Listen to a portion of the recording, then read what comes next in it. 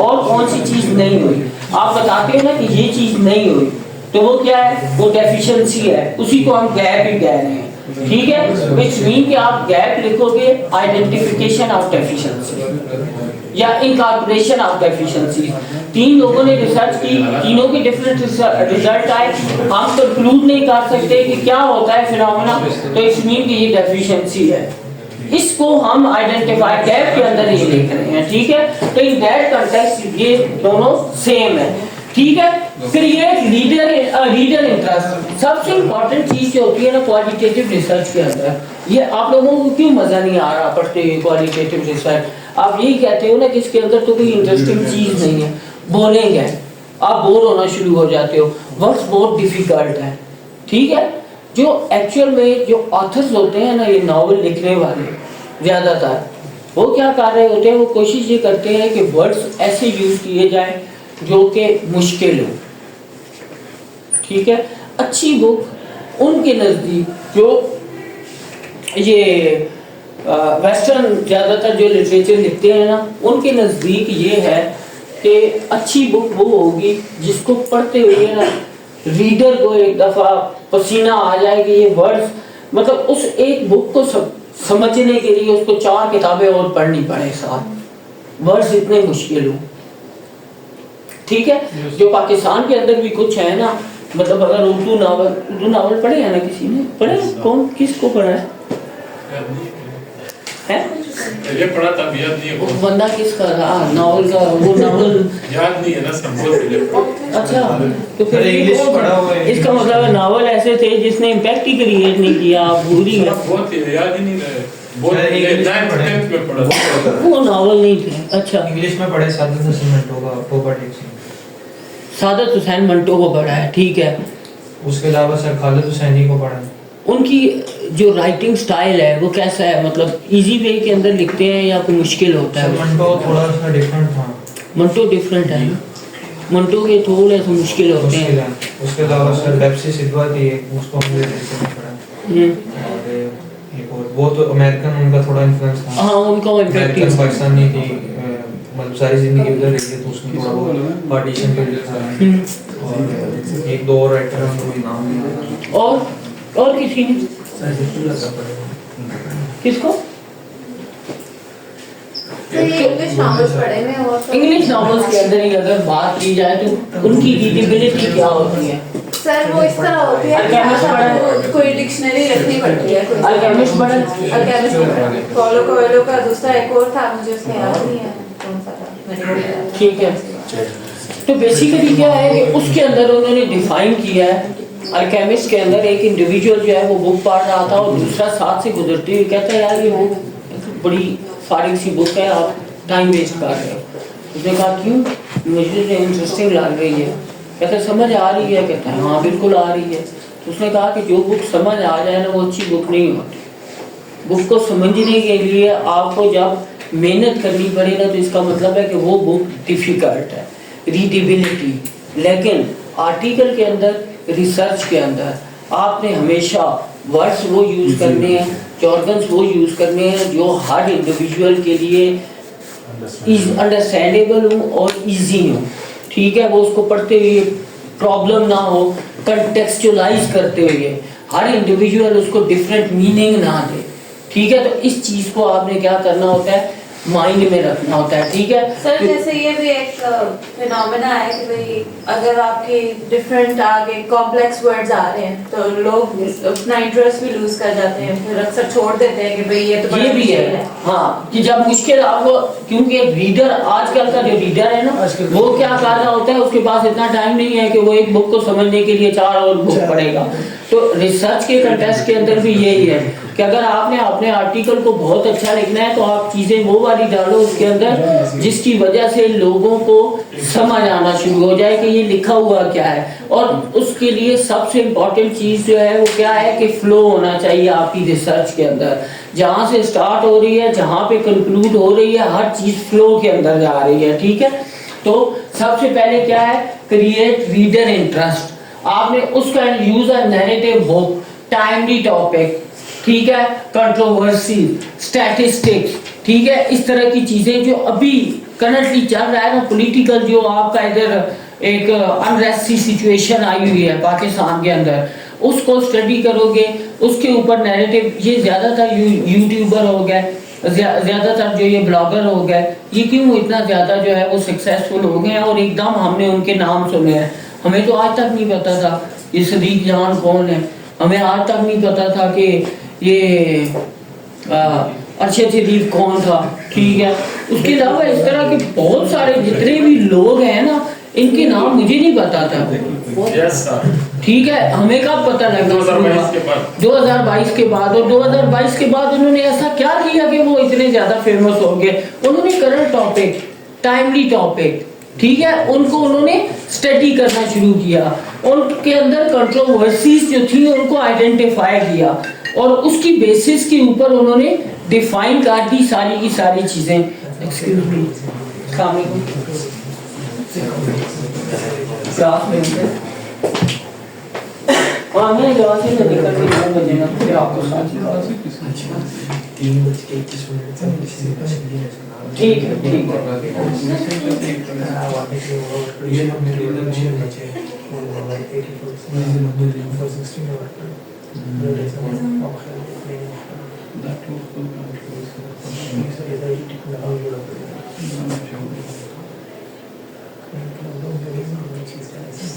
ठीक है, तो हम लोग आइडेंटिफाई करते हैं सबसे पहले create reader interest, use a narrative of timely topic, controversies and statistics, then avoid quotes in the opening sentence। आप अच्छा कुछ रिसर्च ऐसी होती है जो स्टार्ट ही कोट इन कोट हो रही होती है और उसके आगे लिखा हुआ होता है कि, लेकिन वो इतनी इंटरेस्टिंग कोट होती है ना, या आपकी ज़्यादातर जो क्वालिटेटिव रिसर्च होती है ना, उसके अंदर आप इंटरव्यूज कंडक्ट करते हो और इंटरव्यू को जब आप डिस्क्राइब कर रहे होते हो ना, तो वो आप कोट इन कोट करते हो, ठीक है, कि इस इंडिविजुअल ने ये कहा है। ज़्यादातर जो क्वालिटेटिव रिसर्च अच्छी, जो अगर बहुत ही इंटरेस्टिंग किस्म की आपको कोट नज़र आ रही है ना, किसी एक इंडिविजुअल ने बताया है, आप वहाँ से स्टार्ट कर सकते हो। लेकिन जो रिसर्च के गुरुज हैं, क्रैसवेल हो गया, इस तरह के जितने भी लोग हैं, वो इसको डिस्करेज करते हैं। वो कहते हैं avoid quotes in the opening sentences. Opening sentences के अंदर आपने पर्पस डिफाइन करना है ना अपनी स्टडी का। जब आप अपनी स्टडी का पर्पस डिफाइन करने जा रहे हो तो वहां पे ऐसी कोई चीज नहीं होनी चाहिए जो कोट इन कोट स्टार्ट हो। आपने अपना पर्पस जो है वो क्लियरली डिफाइन करना है, अपना ऑब्जेक्टिव स्टडी का क्लियरली कम्युनिकेट करना है रीडर के towards. Discuss the research problem, clearly state the issue और कंसर्न। और इश्यूज को आप घुमाते नहीं है, स्ट्रेट अवे आप इश्यूज बताते हैं। और स्ट्रेट अवे इशू क्या होगा? जब हम जिस कंटेक्स्ट को, जिस एग्जांपल को हम लेके चल रहे हैं, तो उसके अंदर यही होगा ना कि जो रूरल स्टूडेंट्स हैं वो क्यों नहीं सक्सेसफुल होते, ये एक क्वेश्चन है। यहाँ से ही आप प्रॉब्लम, यही एक प्रॉब्लम है, ठीक है। तो इसको क्लियरली स्टेट, इसको घुमा भी सकते हो आप। मैंने फलाने बंदे से पूछा, उसने ये कहा, उसने ये कहा, उसने ये कहा, तो उसकी बेसिस के ऊपर, या लिटरेचर के अंदर हमने जब बैकग्राउंड डिफाइन करते हैं तो आप बैकग्राउंड के अंदर बताना शुरू करते हो, ये हो रहा है आजकल, सक्सेस का ये मेजर है। सक्सेस को जब हम डिफाइन करने जाते हैं तो हम कहते हैं अगर एक इंडिविजुअल ये होगा, वो होगा, इस तरह करेगा, उस तरह करेगा, तो वो बहुत सक्सेसफुल होगा। ये सारी की सारी चीज़ें डिफाइन। लेकिन वो कह रहा है कि प्रॉब्लम को आपने क्या करना है, क्लियरली स्टेट करना है कि ये प्रॉब्लम है, ठीक है। Then frame it as an argument for the study importance. इसी को आप, इसी प्रॉब्लम को, इट्स मीन कि क्वालिटेटिव स्टडी के अंदर आपका जो प्रॉब्लम है वो सबसे मेन फोकस होना चाहिए। आप जब प्रॉब्लम को डिफाइन कर रहे हो, उसके साथ ऑब्जेक्टिव, पर्पस, क्वेश्चंस, हर चीज जो है वो प्रॉब्लम से ही निकल रही हो। तो इट्स मीन कि अब फ्लो कैसे बनेगा कि प्रॉब्लम बताई, प्रॉब्लम से आपने बताई कि उस प्रॉब्लम को सॉल्व करना कितना इंपॉर्टेंट है, ठीक है। ये क्या होगा, ये आपकी सिग्निफिकेंस हो जाएगी। आज से पहले इसको स्टार्ट क्यों नहीं किया गया, आप बताओगे कि ये चीज हुई थी, उन्होंने कोशिश की है लेकिन वो सक्सेसफुल नहीं हो सके इसको फुली कैप्चर करने में फिनोमेना को, तो हम इसको करना चाह रहे हैं। तो ये क्या है, ये आपकी सिग्निफिकेंस है, गैप है, ठीक है। आप गैप बता रहे हो और उसकी बेसिस के ऊपर सबसे इंपॉर्टेंट क्वेश्चन जो माइंड के अंदर अराइज होता है वो रिसर्च क्वेश्चन हो गया आपका। On the basis of this research question the purpose of the study of is this अब देखो पूरा फ्लो है ना, प्रॉब्लम, पर्पस, ऑब्जेक्टिव, क्वेश्चन, हर चीज जो है वो आपस में अलाइंड है और हर चीज उसी एक लाइन से एक्सट्रैक्ट होती जा रही है, ठीक है। क्वेश्चन, सब क्वेश्चन, देन सब क्वेश्चन, देन सब क्वेश्चन, ठीक है। और उसी के अंदर एक सिग्निफिकेंस भी, गैप भी, हर चीज आपकी वहीं पे डिफाइन होती जा रही है। तो आपने इस चीज को frame it as an argument for the study, importance for the next sentence, ठीक है। Significance of the study as well as for next sentence. सबसे पहले क्या होता है, सोर्सेज ऑफ रिसर्च प्रॉब्लम। कहां से आपको पता लगेगा कि कौन सी रिसर्च प्रॉब्लम है, आइडेंटिफाई कैसे होगा, कौन से ऐसे सोर्स है। हम गैप का सोर्स तो कहते हैं ना कि लिटरेचर है, लिटरेचर डिफाइन कर रहा है, लेकिन प्रॉब्लम का सोर्स क्या है, पर्सनल एक्सपीरियंस हो सकता है। अब जो हिजबुल्लाह इतने ज्यादा टॉपिक लेके आया है, उन टॉपिक के अंदर से उसने सिलेक्ट कैसे किए ये टॉपिक, इसका मतलब है इसको कोई ना कोई इंडिविजुअल ऐसा मिला होगा ना, या इसने खुद से इसको असेस किया होगा, कोई ना है क्या। सर यहाँ पर इसका हमने बहुत सारी रिसर्चेस डिफरेंट एस्पेक्ट से देखी हो और फिर उसमें से हम लोगों ने जो रिसेंटली चीजें उसको एब्स्ट्रैक्ट किया हो डिफरेंट पैनल से, ऐसा हो सकता है ना।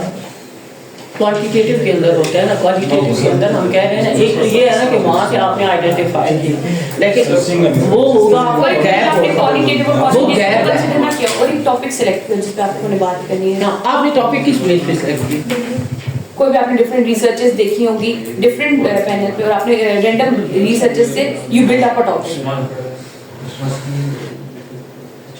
वो तो गैप आइडेंटिफाई करेंगे ना, प्रॉब्लम का आपको कैसे पता लगा,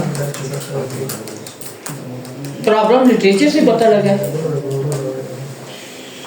वो टॉपिक आप सिलेक्ट कर लिया पहले आपने, चले ठीक है, ये जितनी भी हमने चीजें पढ़ी है ना अभी तक, इसकी बेसिस के ऊपर आपने एक टॉपिक सिलेक्ट कर लिया।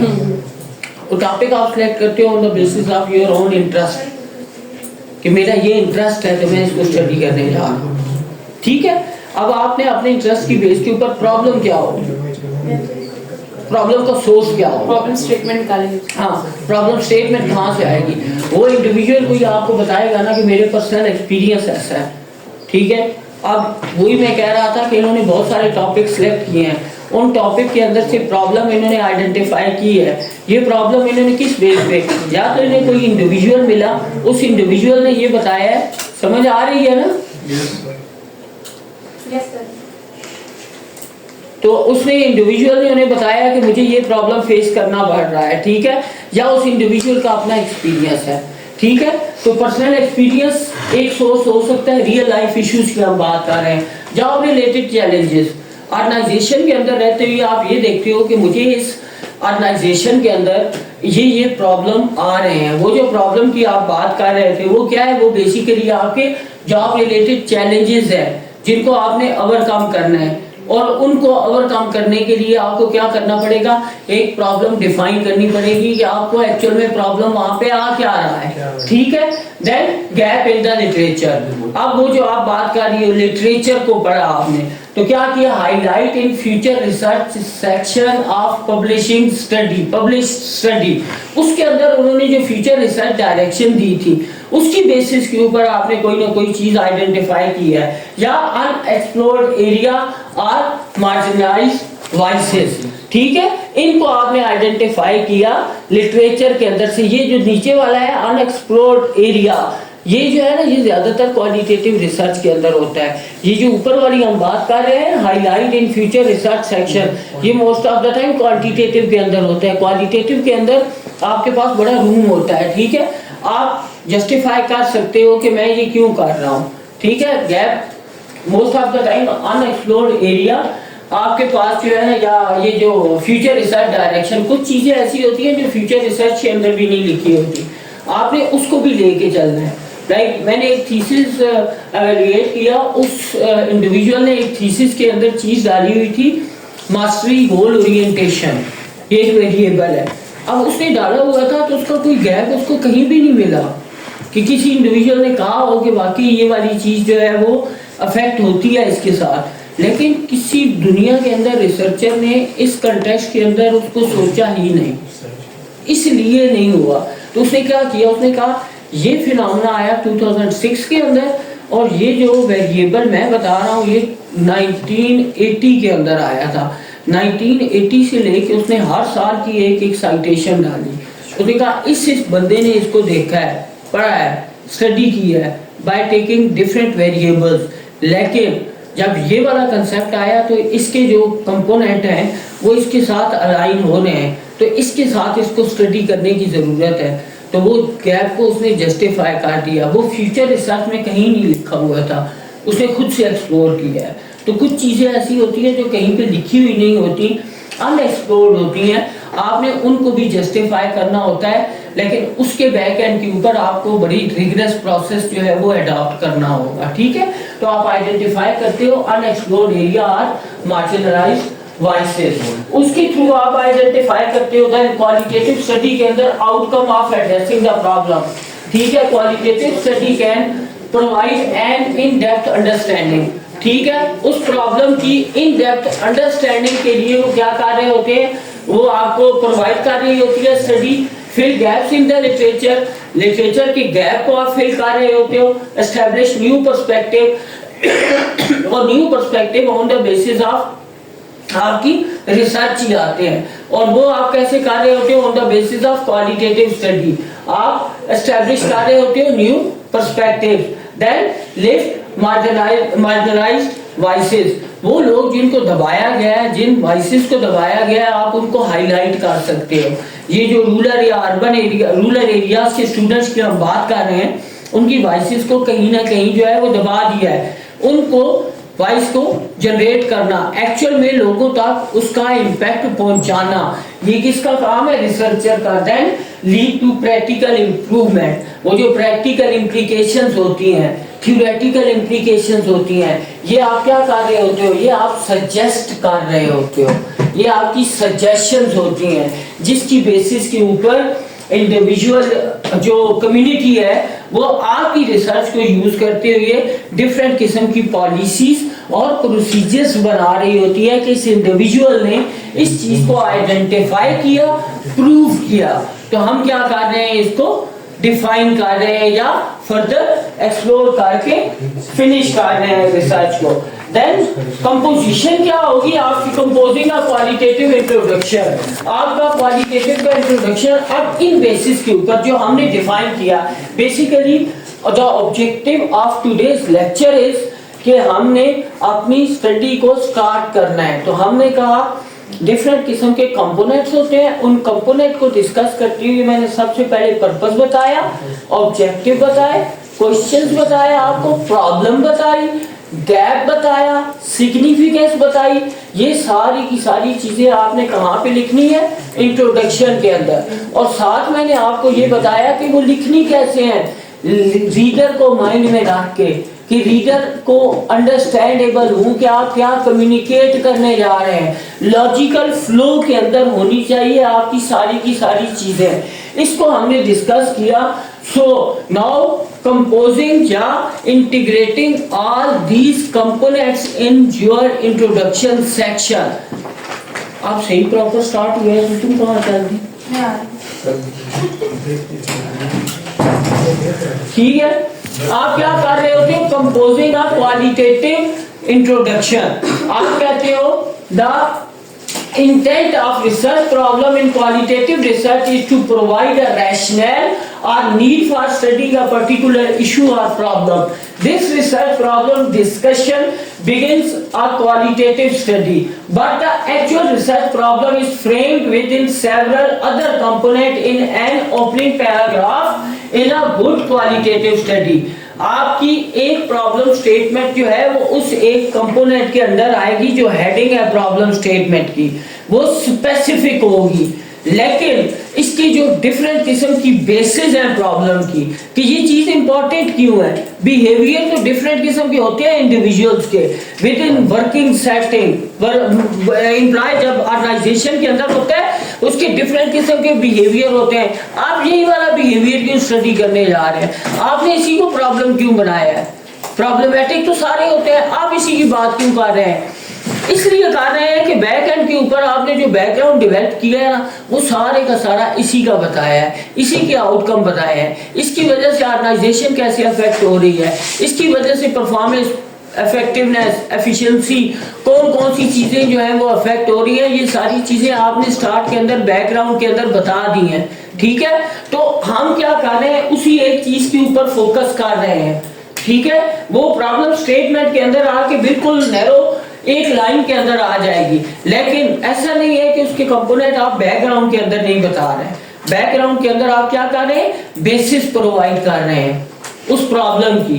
तो वो जो बेसिस है, पर्टिकुलर इशू और problem, this research problem discussion begin a qualitative study but the actual research problem is frame with in several other component in an opening paragraph in a good qualitative study. ठीक है, अच्छी qualitative study के अंदर आप start से ही define करना शुरू कर देते हैं।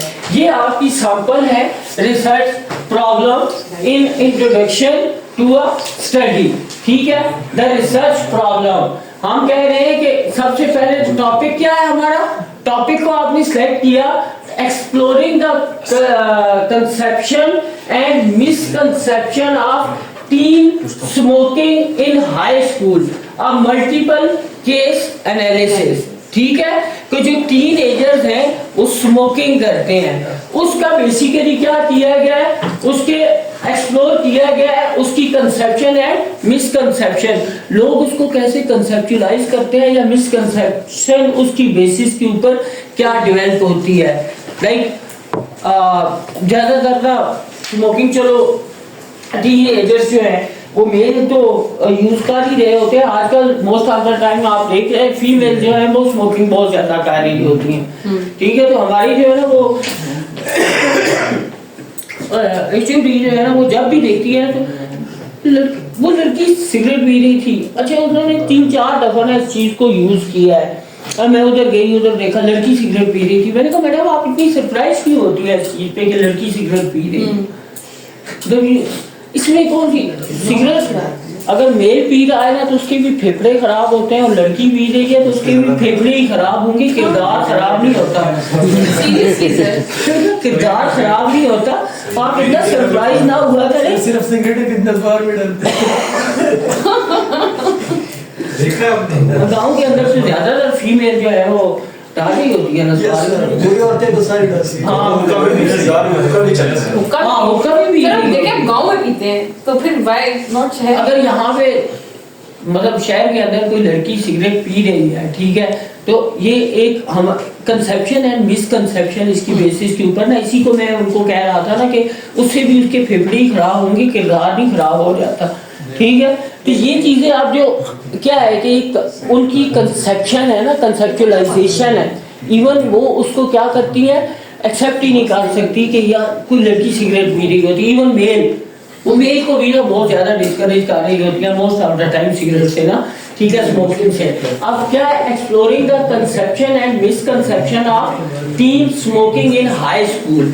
ठीक है, हाई स्कूल के अंदर ये एक टॉपिक है, इससे रिलेटेड आप प्रॉब्लम कैसे, ठीक है, the research problem, evidence from the literature, evidence और importance of problem for audience. ठीक है, अब इन सारी चीजों को उसने इंट्रोडक्टरी पैराग्राफ के अंदर डिफाइन किया है। सबसे पहले उसने कहा क्या प्रॉब्लम क्या है, tobacco use in loading causes of cancer in American society, और साथ उसने एक बंदे का रेफरेंस दिया, although smoking among adults has declined in recent year, it has actually increased for adolescent. The Center of Disease Control and Prevention reported that smoking among high school students had risen from 27.5% to in 1991 to 34.8% in 1995.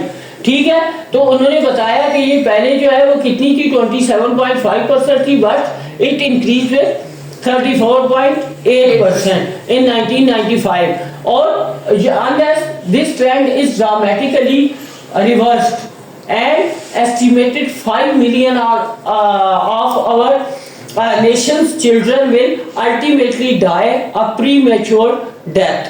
ठीक है, उसकी वजह से क्या हुआ, centre for disease and control ने 1996 के अंदर क्या कहा कि उसकी वजह से प्रीमेच्योर डेथ होना शुरू हो गई। ठीक है, ये क्या है, रिसर्च प्रॉब्लम है। तो प्रॉब्लम को क्वालिटेटिव स्टडी के अंदर इस तरीके से डिफाइन किया जाता है, आपके टॉपिक से ही निकली है। ठीक है, इस पूरी ये जितनी भी चीजें हम डिस्कस कर रहे हैं इनके अंदर फ्लो आपने देखना है according to the topic of the study, कि टॉपिक क्या था और उसके मुताबिक जो है वो प्रॉब्लम क्या है।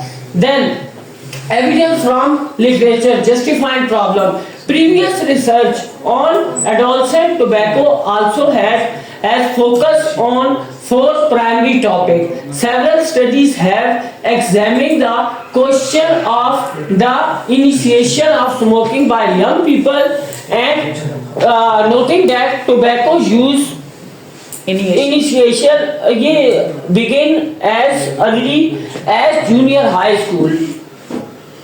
He is that is he is a man. Example है। अच्छा, Yes, sir. एग्जाम्पल के बाद ये उस बंदे का नाम लिखा हुआ है। ठीक है, et al in 1997 other studies have focused on prevention of smoking and tobacco use in school.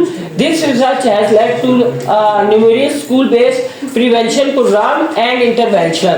फिर again researchers ने बताया कि fewer studies, कुछ studies investigate into adult, ठीक है, और of interest as well as to research study. Sir वहीं से पढ़ रहे हैं इधर से पढ़ता हूँ, उधर सही नहीं नजर आ रहा, वो मतलब ब्लर सा हो रहा है खड़े हो जरा।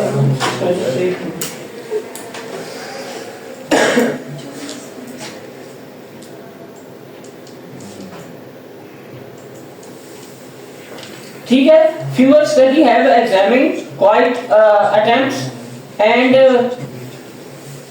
cessation of smoking behavior among adolescents, a distinct contrast to the extensive investigation into adult session of interest of well research studying adolescent tobacco use have been social context and social influence of smoking. For example, adolescent smoking may occur in work related situation at home where one or more parents or caretaker smoke. ठीक है, तो अब उन्होंने इसके अंदर बताना शुरू किया और लिटरेचर से जस्टिफाई करना शुरू किया कि लोग ज्यादातर वो वाले स्मोक कर रहे होते हैं जिनके घर के अंदर एल्डर जो है वो भी स्मोक कर रहे हैं, तो उनको देख के कर रहे हैं। ठीक है, उनसे उन्हें क्या हुआ कि वो एक हैबिट बिल्ड होना शुरू होगी, डेवलप होना शुरू होगी।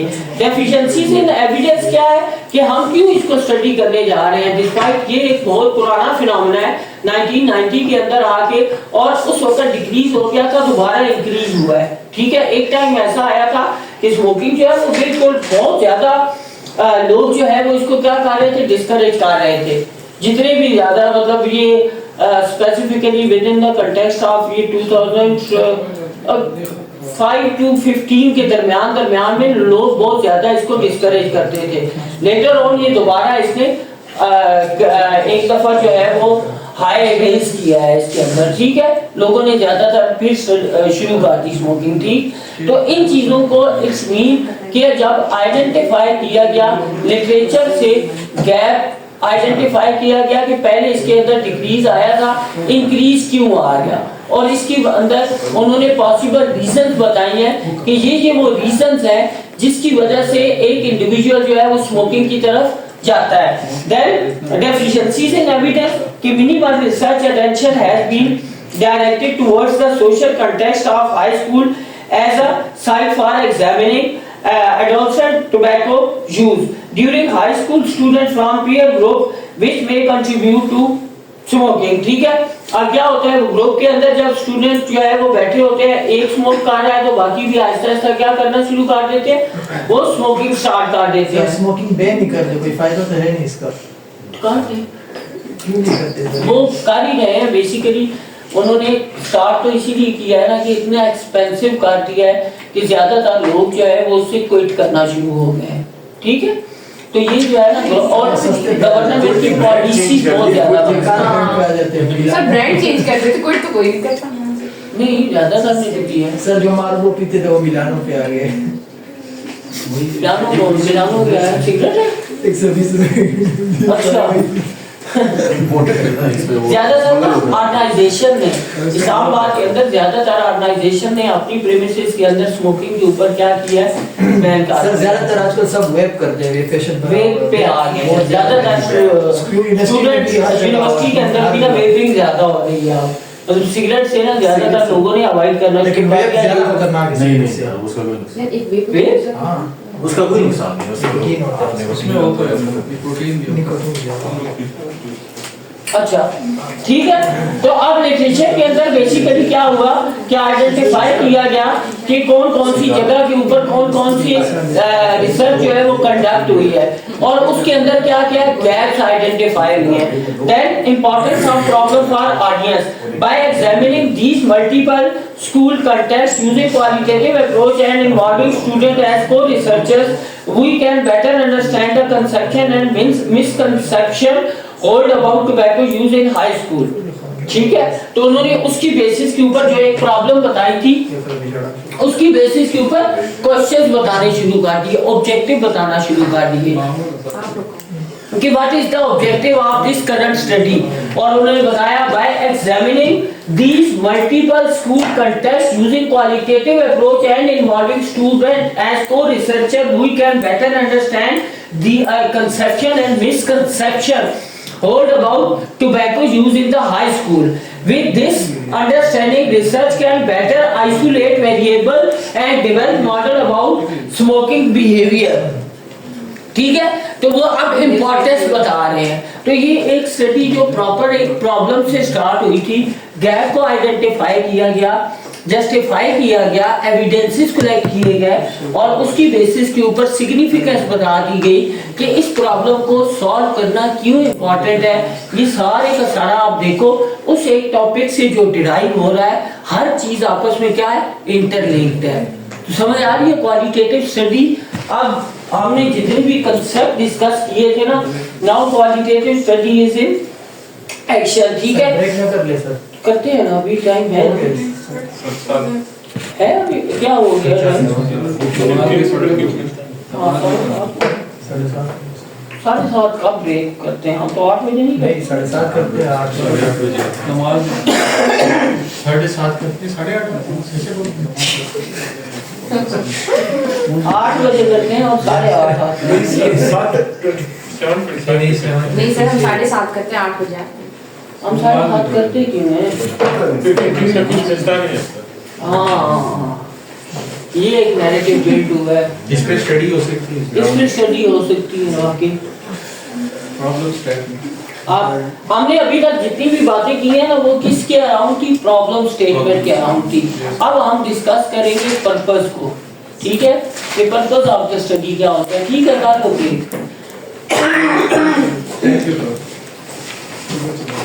मिलते हैं आपका।